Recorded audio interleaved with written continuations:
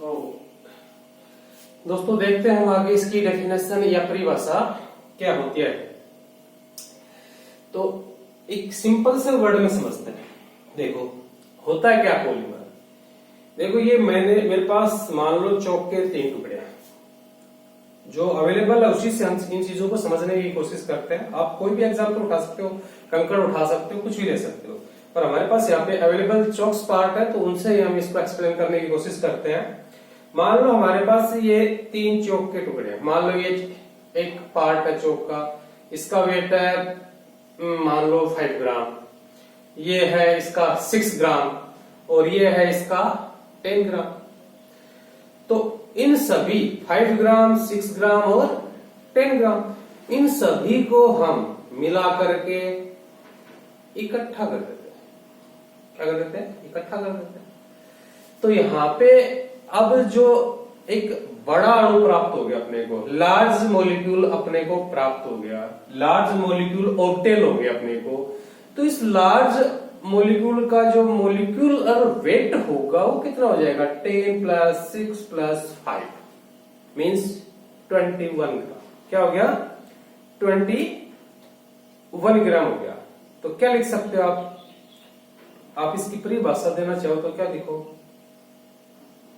2 या 2 से अधिक, 2 या 2 से अधिक कम अणुभार वाले, 2 या 2 से अधिक कम अणुभार वाले छोटे अणुओं के आपस में जुड़ने से, 2 या 2 से अधिक कम अणुभार वाले छोटे अणुओं के आपस में जुड़ने से उच्च अणुभार वाला, ज्यादा अणुभार वाला एक बड़ा अणु प्राप्त हो जाता है। उस बड़े अणु को हम क्या कहते हैं? बहुलक कहते हैं। तो इस बड़े अणु को तो हमने क्या बोल दिया? बहुलक। और ये जो छोटे छोटे आपने चौक के पार्ट लिए थे, इन छोटे यानी जो छोटे छोटे पार्ट्स हैं जो बहुलक को बनाने में यूज हो रहे हैं, उन पार्ट्स को हम क्या बोलेंगे? तो उन पार्ट्स को हम कहेंगे एकलक। पार्ट्स को क्या कहेंगे हम? एकलक। और जो एक बड़ा अणु मिल जाएगा आपको, उस बड़े अणु को आप क्या कहोगे? बहुलक कहोगे। पार्ट्स को क्या कहोगे? इंग्लिश में मोनोमर, मोनोमर। और इसको क्या कहेंगे? पॉलीमर। मीन्स ये छोटे टुकड़े हैं, भाग हैं मोनोमर्स तो।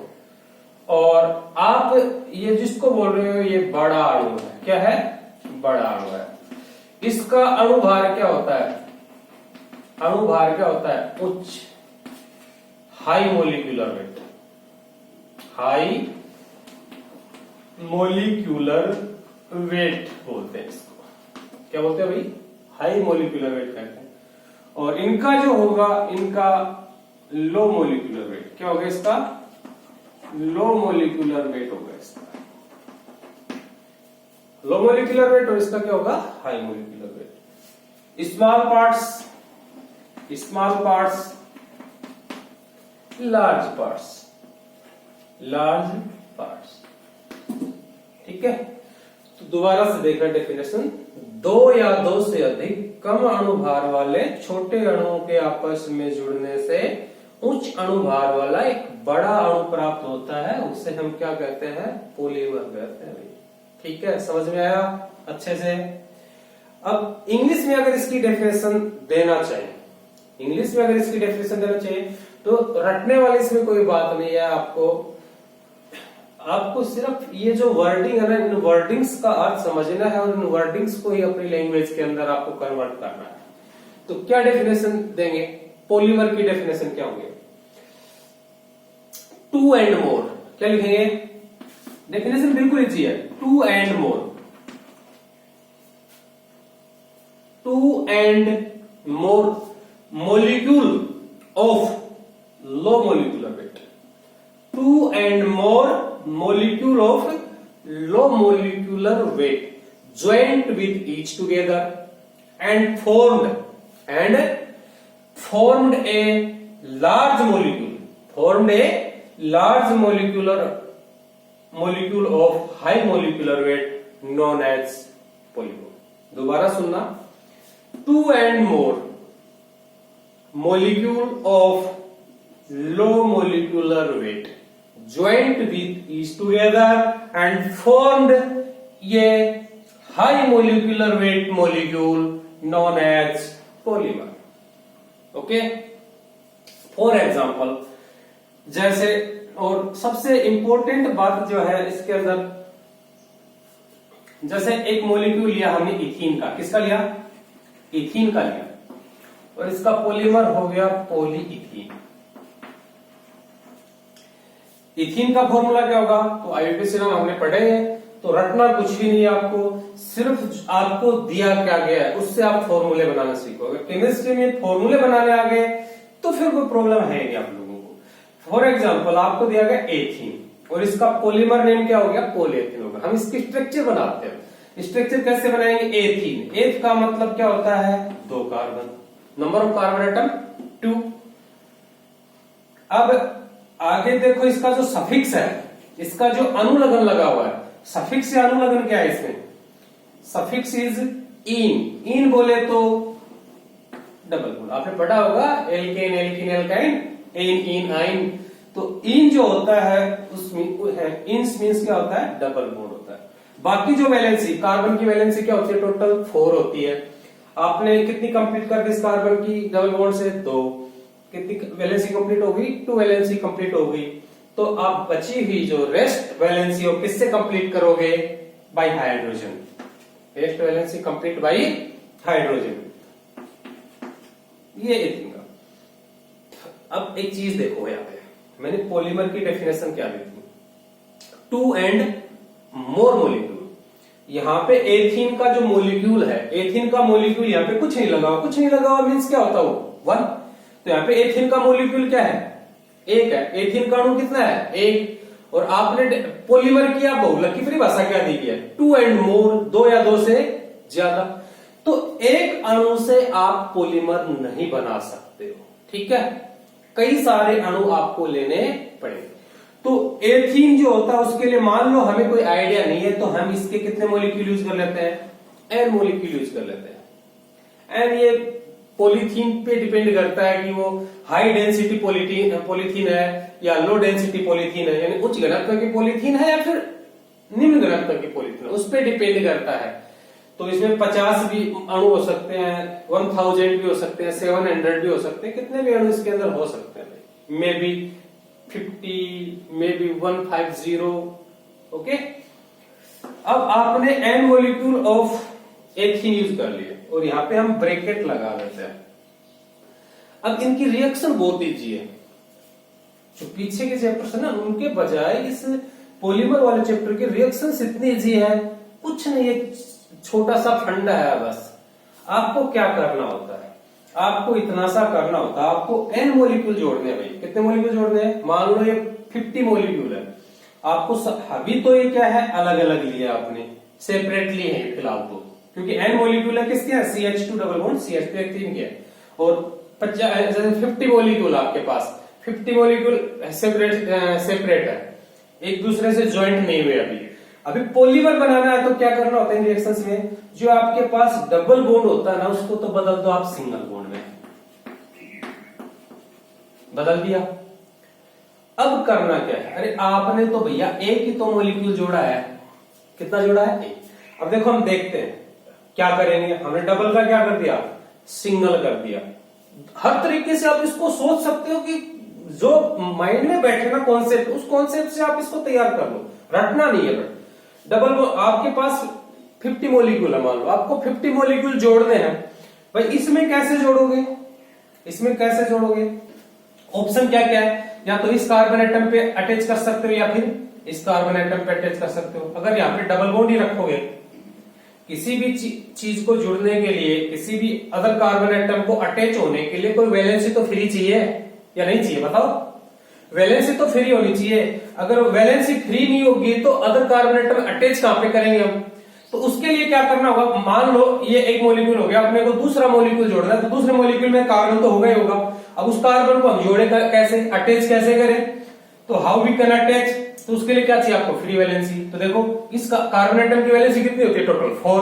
तो 2, 3 एंड 4। कंप्लीट है। कोई फ्री वैलेंस सीरीज कार्बन के पास 2, 3, 4, कोई free valence series carbon atom के पास, तो अटैच कैसे करेंगे हम इसको, समझे बात को। तो अटैच करने के लिए हमें कोई ना कोई फ्री वैलेंसी चाहिए। तो फ्री वैलेंसी के लिए क्या करोगे, हमें मान लो इधर मैं फ्री कर दूं इसकी और मैं इधर फ्री कर दूं। अगर अपनी मर्जी से हम फ्री करके छोड़ देते तो इस कार्बन एटम की क्या होगी वैलेंसी 2, 3, 4, 5, 2, 4 और 5 और 5 वैलेंसी पॉसिबल है नहीं कार्बन की। तो इसका मतलब क्या करना पड़ेगा हमें, इसका मतलब हमें डबल बॉन्ड को किससे बदलना पड़ेगा, सिंगल बॉन्ड। अब देखो इस कार्बन एटम की 2, 3, 4, इस कार्बन एटम की 2, 3, 4 वैलेंसी 4, 4 होगी और एक एक वैलेंसी फ्री होगी। अब अगला मॉलिक्यूल क्या होगा, अगला मॉलिक्यूल क्या होगा, जोड़ सकते हो आप CH2, CH2, CH2, CH2, एक इधर जोड़ दिया इस फ्री वाली पे, ये जोड़ दिया हमने, और ये वाला फ्री है इस फ्री पे भी जोड़ सकते हो CH2, CH2। अब फ्री तो देखो 2 और 3 तो एक फ्री रखनी पड़ेगी, 2, 3 और एक फ्री रखनी पड़ेगी। अब हमारे पास मॉलिक्यूल कितने यूज किए थे हमने, 50 मॉलिक्यूल यूज किए थे। अब 50 मॉलिक्यूल 50 मॉलिक्यूल आप अटैच करोगे 1 by 1। अब देखो एक पेपर के ऊपर, कागज के ऊपर आप 50 मॉलिक्यूल अटैच करोगे तो बहुत लंबा चौड़ा काम हो जाएगा। तो इसका सीधा सा कॉन्सेप्ट क्या है, करना क्या होगा हमें कि यहाँ पे जो n मॉलिक्यूल थे यहाँ पे सामने लगे हुए इन फ्रंट ऑफ है थी, तो यहाँ पे तो यह मॉलिक्यूल के रूप में, किसके रूप में है, मॉलिक्यूल के रूप में, अणु के रूप में, किसके रूप में है, अणु के रूप में है। हम क्या करेंगे, दोनों साइड से इसकी फ्री करके छोड़ देते हैं वैलेंसी, और जो आपके n थे वो n नीचे लगा देते। मान लो यहाँ पे 50 थे तो यहाँ पे भी क्या लगा देते हैं, 50 लगा देते, समझ गए। पर जनरली हम पॉलीमर के अंदर n मॉलिक्यूल लेके चलते हो, कितने भी हो सकते हैं, कोई फिक्स संख्या नहीं होती। वो पॉलीमर की टाइप पे डिपेंड करता है, किस टाइप का पॉलीमर है उसके अकॉर्डिंग ही मॉलिक्यूल संख्या या अणु संख्या यूज करता है।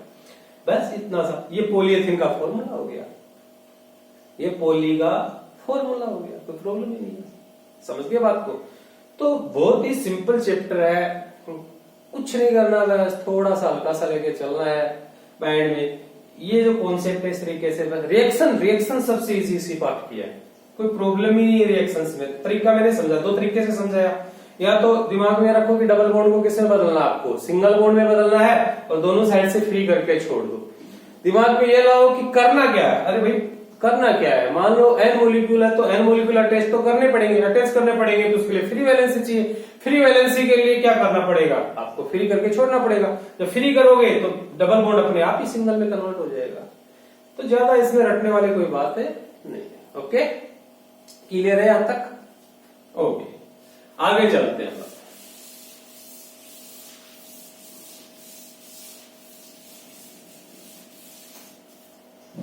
आगे देखते हैं हम अब टाइप्स ऑफ पॉलीमर। क्या करते हैं, types of polymer.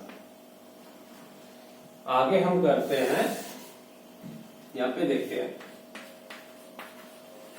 Types of polymer means बहुलकों के प्रकार, बहुलकों के प्रकार।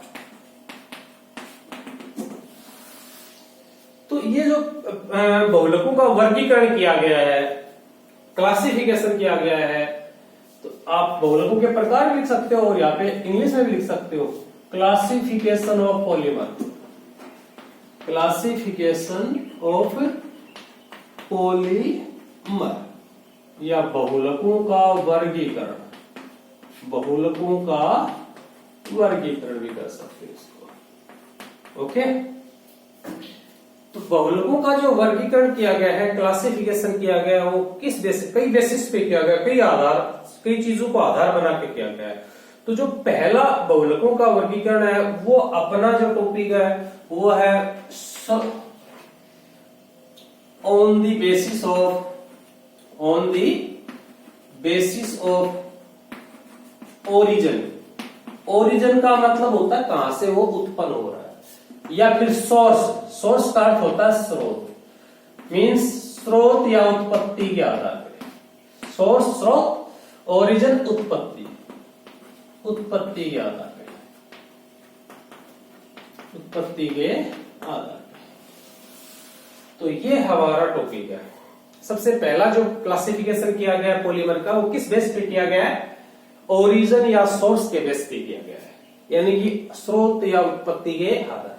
स्रोत या उत्पत्ति के आधार पे क्या होता है कि बहुलकों को 3 टाइप में डिवाइड किया गया है, और ये जो हम पढ़ेंगे ना, तो 1 by 1 थ्योरेटिकल पोर्शन नहीं लेंगे हम। जितने भी टाइप होते हैं उनको हम कंपैरिजन करते हुए कंपैरेटिवली पढ़ते हैं, उनका एक दूसरे से विभेद के तौर पे, अंतर के तौर पे पढ़ते हैं। तो उससे फायदा क्या मिलेगा हमें कि एक दूसरे की कंपैरिजन होती रहेगी। तो एक दूसरे की कंपैरिजन होती रहेगी तो हमारे माइंड में सेट हो जाएगा कि उसमें क्या था, उसमें क्या था, उसमें क्या था, यानी चलना क्या चाहिए। तो इसके लिए हम जो भी करेंगे, it is 3 types, it is 3 types.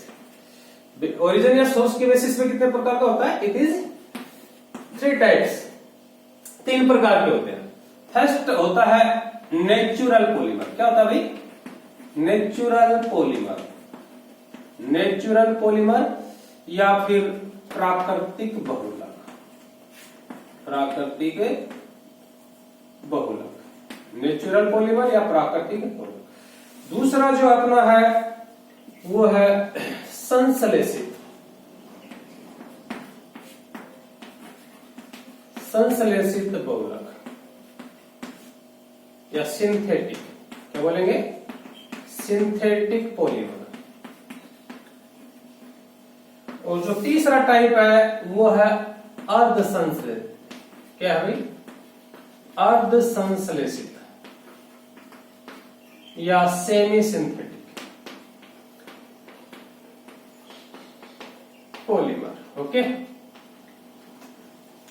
On the basis of origin and source, स्रोत या उत्पत्ति के आधार पे बहुलक 3 प्रकार के होते हैं। It is 3 types. First is natural polymer, second is synthetic polymer, third is semi synthetic polymer. प्राकृतिक बहुलक, संश्लेषित बहुलक, अर्ध संश्लेषित बहुलक। देखो इनमें सोचने वाली कुछ बात ही नहीं है, बचा ही नहीं। इनके जो भी है, इनका जो मीन है, इनकी जो डेफिनेशन है, सब कुछ जो है इनके नाम में छुपी हुई है। इनकी जो हेडिंग डली हुई है ना ऊपर, सब कुछ उसी में है। तो हमें क्या करना, देखो आपके पास है प्राकृतिक बहुलक। क्या है? प्राकृतिक बहुलक। तो प्राकृतिक बहुलक होता क्या है? अरे सीधी सी बात है भाई, वे बहुलक जो सीधे ही प्रकृति से प्राप्त होते हैं। किससे प्राप्त होते हैं? प्रकृति से प्राप्त होते हैं। वे बहुलक जो सीधे ही नेचर से प्राप्त होते हैं।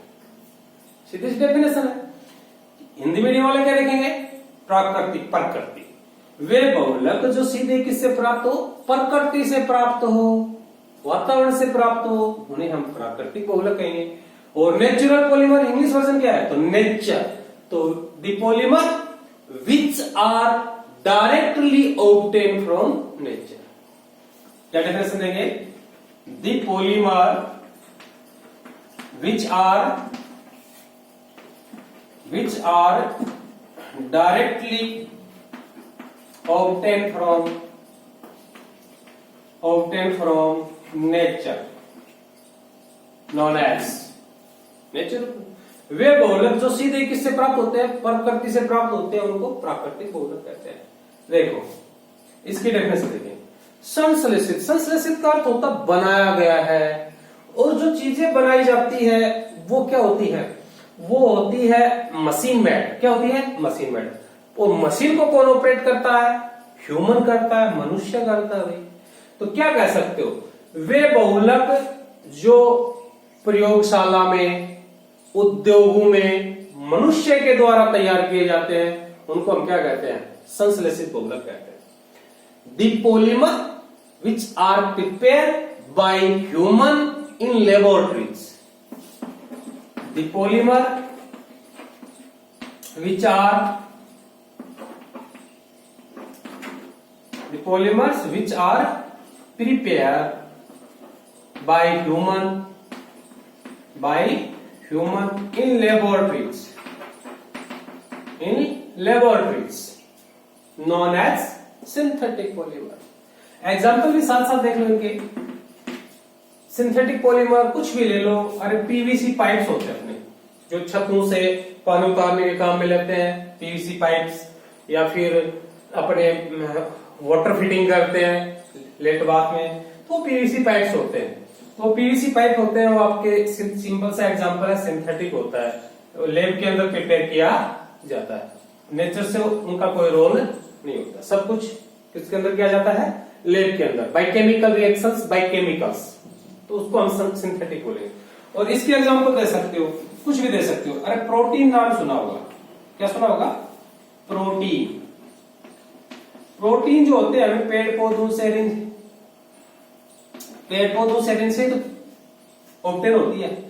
तो प्रोटीन बनाने में यूज क्या होता है, अल्फा एमिनो एसिड। अगर प्रोटीन की आप स्ट्रक्चर बनाओगे तो उसके अंदर क्या मिलेगा आपको, अल्फा। तो अल्फा एमिनो एसिड तो इसका मोनोमर हो गया, एकलक हो गया, और ये आपका पॉलीमर हो गया, ठीक है क्या। डीएनए आरएनए अभी क्या है, डीएनए आरएनए है। और एग्जांपल्स क्या ले सकते हो, डीएनए हुआ, आरएनए हुआ, ठीक है। ये सब क्या होते हैं आपके, रबर होते हैं, प्राकृतिक रबर होता है, नेचुरल रबर, सब किसके एग्जांपल आते हैं, डायरेक्ट नेचर से मिलते हैं। प्रोटीन भी नेचर से मिलता है, डीएनए आरएनए जो है ये भी आपके नेचुरल पॉलीमर होते हैं, ठीक है। और कई सारे रबर्स हैं, नेचुरल रबर्स, वो भी आपका क्या है, नेचुरल पॉलीमर के अंदर आता है। पीवीसी हुआ, और कोई प्लास्टिक्स हुआ, नायलॉन हुआ, ये सब इसके अंदर आता है। अर्धसंश्लेषित देखो, देखो भाई इनका अर्थ देखो, ये वर्ड है और ये वर्ड है, देखो ये वर्ड कंपेरिजन कर लो आप, संश्लेषित संश्लेषित, सिंथेटिक सिंथेटिक, ओके। फर्क क्या है दोनों के अंदर वो देखो, फर्क देखो, यहाँ पे तो संश्लेषित और यहाँ पे है अर्ध। अर्ध का अर्थ क्या होता है, हाफ, अर्थ का आधा, अर्ध का अर्थ क्या होता है, सेमी का अर्थ क्या होता है, आधा, हाफ। मतलब यहाँ पे तो पूरा का पूरा, प्रकृति से कुछ भी नहीं मिला, नेचर से कोई जो है इसमें रॉ मटेरियल नहीं मिला, अपने कोई कच्चा माल प्रकृति से नहीं मिला, कोई रॉ मटेरियल नहीं मिला, पूरा का पूरा जो इसके मोनोमर्स थे ना, वो मोनोमर्स सारे के सारे जो है कंप्लीटली जो है लैब के अंदर तैयार किए जाते हैं। बट इसमें थोड़ा सा चेंज है, यहाँ पे संश्लेषित तो है पर कैसा है, आधा। तो देखो ऑब्टेन तो कहां से होंगे, ऑब्टेन तो होंगे नेचर से, किससे, नेचर से, पर क्वालिटी इंप्रूव, क्वालिटी इंप्रूव की जाएगी chemical reaction, by chemical reaction. समझ में आया कुछ, यानी कि ऐसे बहुलक जिनका स्रोत तो क्या हो, प्राकृतिक हो,